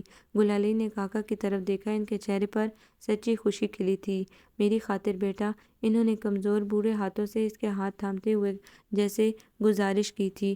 وہ ہارنے لگی تھی۔ ٹھیک ہے کاکا، مگر میرے لیے دعا کیجیے گا۔ ان کو خوش چھوڑ کر وہ کمرے میں چلی آئی۔ گھڑی کی طرف دیکھا، رات کے 11 بج رہے تھے۔ کیا اس بارے میں صباؤن کو بتاؤں؟ اس نے خود سے مشورہ مانگا۔ وہ بھلا کہاں یقین کرے گا؟ اس نے سوچتے ہوئے نفی میں سر ہلایا۔ الٹا ہنسنا شروع کر دے گا، مذاق اڑائے گا۔ وہ خود کو ڈریسنگ ٹیبل کے قدآور آئینے میں دیکھتے ہوئے سوچنے لگی کہ یک لخت منظر بدلنے لگے تھے۔ وہ گھبرا کے 2 قدم پیچھے ہٹی تھی۔ وہ صباؤن تھا۔ وہ اس کی کتابیں جلا رہا تھا۔ گلالئی کا چہرہ اس آگ کی تپش سے جلنے لگا تھا۔ منظر پھر بدل گیا تھا۔ درون زمین پر لیٹا تھا اور صباؤن لاتوں سے اسے پیٹ رہا تھا۔ گلالئی کے دل میں درد کی شدید لہر اٹھی تھی۔ صباؤن اب اسے ہاتھ میں پکڑے کمرے میں کھینچ کے لا رہا تھا۔ اب وہ دروازہ لاک کر رہا تھا۔ درد ذرا سا کم ہوا۔ تم درون کو یاد کرتی ہو نا؟ اس کی کالی آنکھیں سرخ ہوئی تھی۔ گلالئی مزید پیچھے ہوئی تھی۔ وہ درون ہے نا؟ چبھتے سوالات۔ کاکا نظر رکھا کرے، لڑکی ذات ہے، نہ جانے کیا لکھ کے بھیجتی ہے، کیا لکھا واپس آتا ہے۔ وہ اس کے لیے آنے والے خاکی پارسل چیک کر رہا تھا۔ گلالئی اچھی لڑکی ہے، خوبصورت ہے، پھر بھی اس کے پاس ایسا کچھ نہیں کہ وہ میرے ساتھ چل سکے۔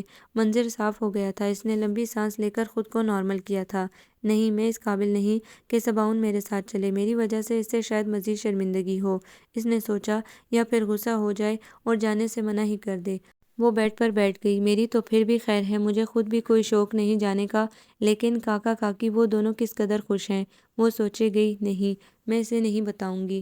اس نے موبائل آف کر دیا۔ درون، اس نے آنکھیں میچ لی۔ تم ہوتے تو میں تمہیں ضرور بتاتی۔ وہ دھیرے سے مسکرا دی تھی۔ اس کا فیورٹ چینل آن تھا۔ کوئی ایوارڈ شو آ رہا تھا۔ وہ اوپن کچن میں اپنے لیے نوڈلز بنا رہا تھا۔ ٹی وی کی آواز اس قدر اونچی تھی کہ آواز اس تک پہنچ رہی تھی۔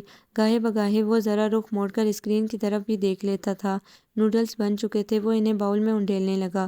تشریف لا رہی ہیں آپ سب کی بھرپور تالیوں میں عائشہ پذیر۔ ڈراموں کی نامنیز شروع ہو چکی تھی۔ ایوارڈ دینے کے لیے مشہور اداکارہ کو دعوت دی گئی۔ تالیوں کی گونج میں سب ہی نامزد لکھاریوں کے نام دہرائے جانے لگے۔ گل آفریدی، اس کی پسندیدہ رائٹر کا نام بھی شامل تھا۔ وہ مسکرایا اور گاجر کش کرنے لگا۔ اسے ہمیشہ سے نوڈلز کے ساتھ کش کی گئی گاجریں بے حد اچھی لگتی تھیں، اور اس دفعہ بہترین رائٹر کا ایوارڈ جاتا ہے گل آفریدی کو۔ تالیاں گونج اٹھی تھیں۔ میں جانتا تھا یہ۔ وہ گاجریں نوڈلز پر ڈالنے لگا۔ بسم اللہ الرحمن الرحیم۔ سکوت سا چھایا تھا۔ صباؤن کے چلتے ہاتھ ایک دم رک سے گئے تھے۔ سب سے پہلے اللہ پاک کا شکریہ، اور میرے کاکا کاکی کا، اور ان قارئین کا جنہوں نے مجھے بتایا کہ میں یہاں تک آ سکتی ہوں۔ صاف انگلش میں بولتی وہ آواز۔ صباؤن مڑنے تک کی سکت کھو چکا تھا جیسے، اور اس دوست کا جس نے مجھے میری ذات کا سرا تھمایا، اور جس کی وجہ سے آج میں یہاں، آج آپ سب کے درمیان موجود ہوں۔ تالیاں شور مچانے لگی تھیں۔ وہ دھیرے دھیرے مڑا تھا، پھر بھاگ کر ٹی وی کے نزدیک آیا، اور آخر میں بس اتنا کہ انسان کچھ بھی نہیں ہوتا، لیکن اس کو مکمل اور نکھارتی اس کی محنت ہے۔ اپنے باہر کو سمجھیں، جانچیں اور اپنے اندر کو سنیں۔ یقین کریں یہی انسان کی کاملیت ہے، اور آپ کی ذات کا جمال۔ بہت شکریہ۔ سادہ سفید چادر میں ڈھکا وہ نازک سا وجود بلا شبہ گلالئی ہی تھی۔ وہ ایوارڈ وصول کرنے کے بعد تالیوں کے شور کی گونج میں اسٹیج سے نیچے جا رہی تھی، اور ایک چھوٹے سے گاؤں کی اس لڑکی کی مزید ہمت افزائی کے لیے سارا ہال تالیاں بجاتا اٹھ کھڑا ہوا تھا۔ باوقار سی مسکراہٹ لیے گلالئی اس کے آنسوؤں کی دھند نے اس سے چھپا لی تھی۔ وہ اسٹیج سے نیچے اتر کے پچھلی لائنز میں بیٹھے کاکا کی طرف آئی تھی۔ لوگ کھڑے ہو کر اس کے لیے تالیاں بجا رہے تھے، اور وہ آنسو بہاتی کاکا کے سینے سے جا لگی تھی۔ انہوں نے محبت سے اس کو اپنے ساتھ لگا لیا تھا۔ تقریب جاری تھی۔ لوگ دوبارہ سامنے کی طرف متوجہ ہو چکے تھے کہ اچانک ہی اس کی نظر اٹھی تھی، اور جیسے پلٹنا بھول گئی تھی۔ بالکل آخری رو میں مسکراتی آنکھوں سے اسے دیکھے جانے والا وہ شخص، وہ اسے بھلا کیسے بھول سکتی تھی؟ وہ فوراً اس کی طرف بڑھی تھی کہ اس نے مسکراتے ہوئے اسے رکنے کا اشارہ کیا تھا، اور واپس جانے کا بھی۔ وہ اس کی بات سمجھ گئی تھی، تب ہی خاموشی سے واپس اپنی سیٹ پر جا بیٹھی تھی۔ البتہ تھوڑی تھوڑی دیر بعد وہ پیچھے مڑ کر اس کی موجودگی کا اطمینان ضرور کر لیتی تھی۔ اسے اپنی آنکھوں پر یقین نہیں آ رہا تھا۔ یہ گلالئی کیسے ہو سکتی ہے؟ وہ پریشان ہو گیا۔ ایک پرائمری پاس لڑکی، اور اس کی انگلش اس قدر صاف، لینگویج پر وہ شوق تھا۔ اس نے تیزی سے بابا کا نمبر ملایا۔ کال اماں نے اٹھائی تھی۔ وہ اور گلالئی تو شہر گئے ہوئے ہیں۔ گلالئی نے انعام جیتا ہے، بہت بڑا۔ میری بیٹی نے ہمارا نام روشن کر دیا ہے۔ اماں خوشی سے روئی جا رہی تھی۔ مگر یہ سب مجھے کیوں نہیں بتایا گیا اماں؟ وہ غصے سے پھٹ پڑنے کو تھا۔ لے تجھے سب پتہ تو تھا، پر تو کبھی خوش تھوڑی ہوا۔ تم نے تو اس بیچاری کو ہمیشہ ناکارہ کہا، ٹوکتے ہی رہے، اس لیے اس بار تیرے بابا نے تجھے بتانا مناسب نہ سمجھا۔ اماں الٹا اس پر غصہ ہونے لگی۔ اچھا ابھی بند کرتی ہوں، شاید گلالئی کال کرے۔ انہوں نے کال بھی کاٹ دی تھی۔ تم نے تو اس بیچاری کو ہمیشہ ناکارہ کہا، ٹوکتے ہی رہے۔ اس کی آنکھیں جلنے لگیں۔ ضبط کے مارے وہ لب کچلنے لگا۔ درون، وہ اس کے سامنے کھڑا تھا، اس قدر قریب کہ وہ اسے ہاتھ بڑھا کے چھو سکتی تھی۔ کاکا ہوٹل میں آرام کر رہے تھے۔ رات کی فلائٹ سے انہیں واپس اسلام آباد جانا تھا، اور پھر وہاں سے گاؤں، اسی لیے وہ درون سے ملنے یہاں آئی تھی، ہوٹل کے پچھلی طرف بنے چھوٹے سے ہرے سرسبز پارک میں۔ مجھے یقین تھا تم ایک دن اسی منزل پہ ملو گی۔ وہ مسکرایا، اس کی خوبصورت آنکھیں بھی۔ میں نے تمہیں بہت یاد کیا۔ وہ زندگی میں دوسری بار اسے بتا رہا تھا، اور تم جانتی ہو کہ اس کے لیے مجھے تمہیں جاننے کی بھی ضرورت نہیں ہے، اس نے مسکراتے ہوئے کہا۔ لیکن میں تمہیں اچھی طرح جان گئی ہوں۔ وہ بھی اداسی سے مسکرا دی۔ آج مجھے بھی تم سے کہنا ہے کہ وہ ذرا رکی، اور رخ پھیر کر دوسری طرف سڑک پر چلتی گاڑیوں کو دیکھنے لگی۔ درون خاموش کھڑا اس کے اگلے جملے کا منتظر رہا۔ میں نے بھی تمہیں بہت یاد کیا، اس نے اعتراف کیا تھا، اور آنکھیں موند لیں۔ آنسو گالوں پر لڑک گئے۔ میں تمہارا ہر لفظ اپنے اندر اتارتا رہا، میری سانسیں چلتی رہیں۔ وہ 2 قدم قریب آیا تھا۔ میں نے ہر لفظ لکھتے وقت تمہیں یاد کیا تھا۔ میں مانتی ہوں میں نے دیر کر دی تھی، لیکن بالآخر میں نے اپنے اندر کی پکار سن لی تھی۔ وہ اس کی طرف مڑی۔ میں مانتی ہوں کہ گلالئی درون کے بغیر ادھوری ہے۔ اس بار مجھے اکیلے چھوڑ کر مت جانا درون۔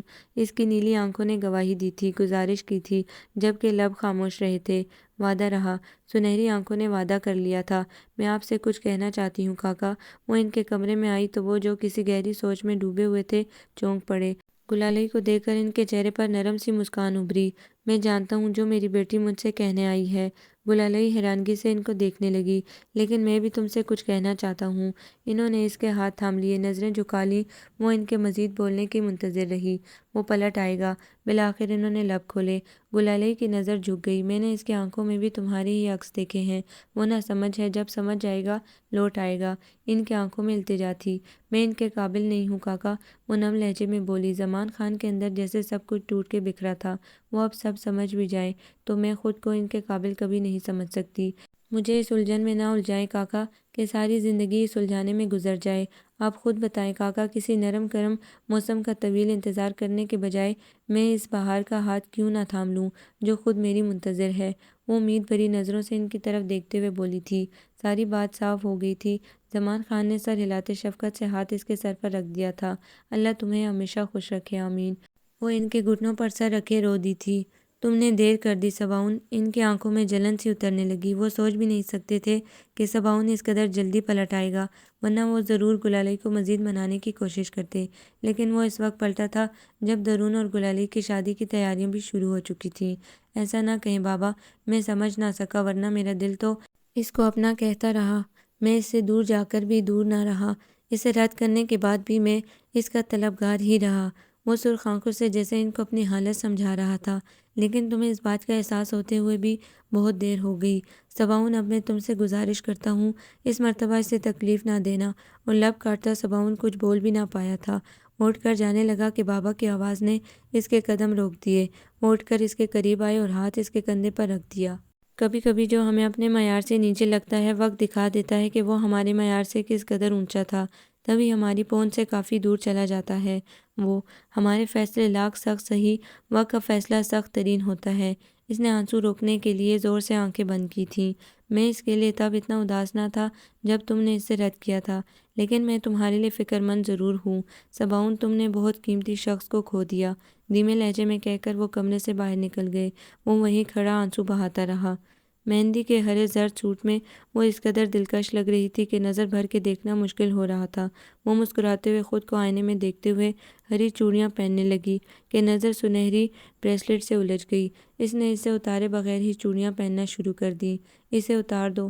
وہ جو دروازے میں کھڑا اسے دیکھ رہا تھا پاس چلا آیا۔ وہ چونکی، پھر اٹھ کھڑی ہوئی۔ صباؤن، تم نے تو حد ہی کر دی بدلہ لینے میں گلالئی۔ میں نے تو بس دل کی مانی میں بدلہ لینے والوں میں سے نہیں ہوں۔ تو وہ درون ہی تھا۔ وہ اب بھی بدظن تھا۔ گلالئی کو افسوس ہوا۔